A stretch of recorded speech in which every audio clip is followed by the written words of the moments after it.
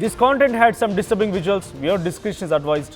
ఈ కాంటెంట్లో మళ్ళీ కొంత కలవరపాటు గురి చేసే అంశాలను అయితే తగు జాగ్రత్తలు తీసుకోమని ఆర్టీవీ హెచ్చరిస్తాం. ఎల్బీ నగర్లో కానిస్టేబుల్ బలవన్ మరణం ఒక్కసారిగా షాక్ గురి చేసింది. పోలీస్ స్టేషన్లోనే ప్రాణాలు తీసుకున్నాడు కానిస్టేబుల్ సాయి కుమార్. సాయి కుమార్ మృతిపై అనేక అనుమానాలు తావిస్తూ ఉన్నాయి. సాయి కుమార్ మృతిపైన కుటుంబ సభ్యులు ఆగ్రహం వెలగక్కుతున్నారు. ఇక ఉన్నతాధికారుల వేధింపులే కారణం అంటున్నారు బంధువులు. న్యాయం చేయాలంటూ ఎల్బీ నగర్ పిఎస్ ముందు ఆందోళన చేపడుతున్నారు. సాయి కుమార్ ఫోన్ అప్పగించాలని డిమాండ్ చేస్తున్నారు. సాయి కుమార్ను వేధించినటువంటి ఆ ఆఫీసర్లు ఎవరు అనే క్వశ్చన్ ఇక్కడ రేజ్ అవుతుంది. ఇటీవలే ఎల్బీ నగర్ పిఎస్ నుంచి ఏసీపీ ఆఫీస్కి సాయి కుమార్ బదిలీ అయ్యారు. ప్రస్తుతం ఆయన బలవన్మరణానికి పాల్పడడం షాక్ గురి చేసింది. ఎందుకు ఆయన బలవన్మరణానికి పాల్పడ్డారనేది ఒక సంఘటన హాట్ టాపిక్ అవుతుంది. ఇక పోలీస్ స్టేషన్లోనే ప్రాణాలు తీసుకున్నాడంట సాయి కుమార్. సో ఎందుకు ఆయన అక్కడే ప్రాణాలు తీసుకోవాల్సి వచ్చింది? అటు అధికారుల ఒత్తిడి ఏమైనా ఉందా? పై స్థాయి అధికారులు ఏమైనా తిట్టారా, దూషించారా, ఇంకేదైనా జరిగిందని తెలియాల్సి ఉంది. ఒకసారి అక్కడ ఆందోళన చేపడుతున్నారు బంధువులు. వారు ఏం చెప్తున్నారు చూడండి.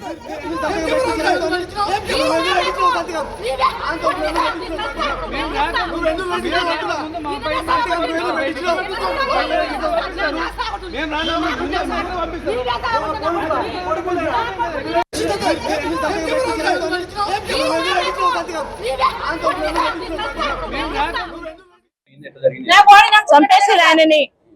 చూపిస్తలేరు, చూపించకుండా కామినీ హాస్పిటల్ తీసుకుపోయినామని చెప్పారు. కామినీ హాస్పిటల్ నుంచి ఉస్మానికి తీసుకుపోయారు.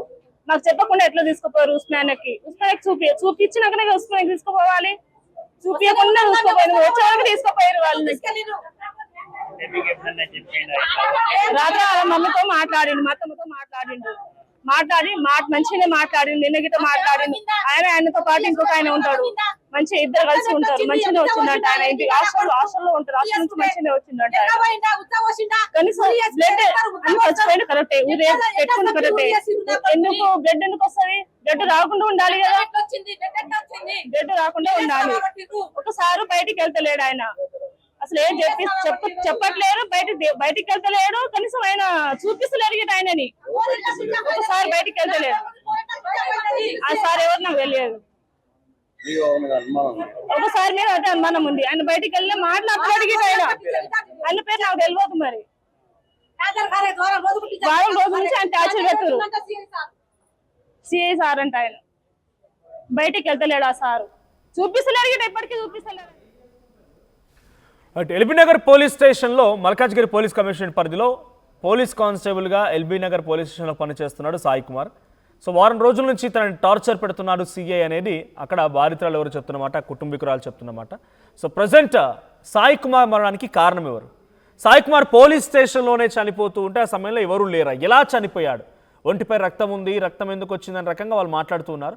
సో ఈయన బలవన్మరణానికి కారణం ఏంటి? బలవన్మరణమా లేదంటే ఎవరైనా కొట్టి చంపారా అనుమానాలు కూడా రేకెత్తిస్తున్నాయి. ఇక్కడ మా ప్రతినిధి నిర్మల సిద్ధంగా ఉన్నారు. నిర్మల, ఏం జరిగింది? సాయి కుమార్ మరణానికి కారణం ఏంటి? ఓ కానిస్టేబుల్ అదే పోలీస్ స్టేషన్లో ఆయన చనిపోవడానికి కారణం ఏంటి? బలవన్మరణమా, ఎవరైనా ఇబ్బంది పెట్టి కొట్టి చంపారా? ఆ కుటుంబం ఏం చెప్తోంది? ఎస్ మనోజ్, సాయి కుమార్ అంటే కానిస్టేబుల్ సాయి కుమార్ బలవన్ మరణం విషయంలో మాత్రము పలు అనుమానాలు అయితే వ్యక్తం అవుతూ ఉన్నాయి. ఎందుకంటే గత నెల నుంచి కూడా ఎల్బీ నగర్ పిఎస్ నుంచి ఏసీబీ కార్యాలయానికి అటాచ్మెంట్ పైన కూడా విధులు నిర్వహిస్తున్నటువంటి సాయి కుమారు తను డిఎస్ఆర్ కోసము ఎంతగానో ట్రై చేస్తున్నాడు. అయినప్పటికీ డీసీపీ కార్యాలయం నుంచి ఫోన్ చేసినా కానీ తనకు ఇప్పటి వరకు కూడా ఎటువంటి స్పందన లేదు. అదే విధంగా ఇక్కడ ఎల్బీనగర్ నుంచి మరి సిఐ నుంచి కూడా తనకు చాలా వరకు టార్చర్ ఉంది అన్నట్టుగా కూడా కుటుంబ సభ్యులు ఆరోపిస్తూ ఉన్నారు. అదే విధంగా కూడా దానికే మనస్తాపం చెందాడు అని చెప్పేసి కూడా ఓ పక్క చెప్తున్నప్పటికీ కూడా తన ఒంటి మీద గాయాలు ఉండడంతో పాటు అలాగే అనుమానాలు కూడా వీళ్ళు వ్యక్తం చేస్తున్నారు. ఎందుకంటే ఒంటి మీద ఎలా గాయాలయ్యాయి, ఎవరైనా అంటే ఈ సిఐ పైనే చాలా వరకు కూడా వీళ్ళు అనుమానాలు అయితే వ్యక్తం చేస్తున్నట్టుగా తెలుస్తూ ఉంది. మరి అదే కాకుండా వీళ్ళు రెస్ట్ రూమ్ లో సాయి కుమార్ అయితే రెస్ట్ రూమ్ లో బలవన్ మరణానికి పాల్పడ్డట్టుగా కూడా తెలుస్తూ ఉంది. అంటే తను రెస్ట్ రూమ్ లోనే ఎందుకు ఉన్నట్టు, ఆ టైంలో ఎవరు లేదా విధి నిర్వహణలో భాగంగా కూడా, ఎందుకంటే నైట్ డ్యూటీ చేసినప్పటికీ కూడా దాదాపు 10 నుంచి 15 మంది అయితే సిబ్బంది ఉంటారు ఖచ్చితంగా కూడా. అంటే ఇక్కడ ఏదో జరుగుంటుంది అనేది మా కుటుంబ సభ్యుల ఆరోపణలు అయితే ఉన్నాయి. అదే విధంగా వారం రోజులుగా కూడా తనకు టార్చర్ అనేది చాలా ఎక్కువ అయిపోయింది. ఇంట్లో చెప్పినట్టుగా కూడా వాళ్ళు కుటుంబ సభ్యులైతే ఆరోపిస్తూ ఉన్నారు.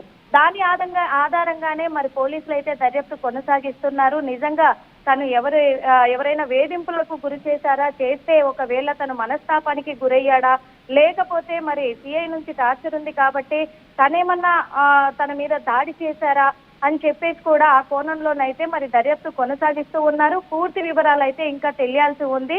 రాత్రి నుంచి కూడా ఇక్కడ ఈ విషయం తెలిసినప్పటి నుంచి కుటుంబ సభ్యులైతే ఎల్బీ నగర్ పోలీస్ స్టేషన్ వద్దే ఆందోళన చేపడుతూ ఉన్నారు.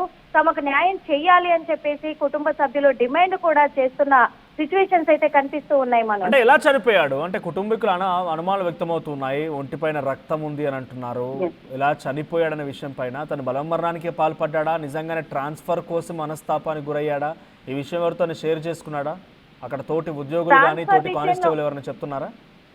ట్రాన్స్ఫర్ విషయంలో మాత్రము ఖచ్చితంగా కూడా తనకు టార్చర్ అయింది అనేది కుటుంబ సభ్యులు ఆరోపిస్తున్న విషయము. కానీ ఇప్పటి వరకు తనతో కొలిక్స్ గా పనిచేస్తున్నటువంటి కానిస్టేబుల్ అయితే ఇంకా ఎవరు కూడా వెల్లడించలేదు. ఎందుకంటే ఇది రాత్రి సమయంలోనే జరిగింది కాబట్టి పూర్తిగా కూడా ఇంకా వివరాలు ఇంకా తెలియాల్సి ఉంది. అదే విధంగా కూడా తను ట్రాన్స్ఫర్ విషయంలో ఒకటి, ఇటు విధి నిర్వహణలో భాగంగా కూడా సిఐ నుంచి వచ్చిన ప్రెషర్ కూడా కావచ్చు. ఇంకొకటి ఏంటంటే 2 అనుమానాలు ఉన్నాయి కదా ఇక్కడ.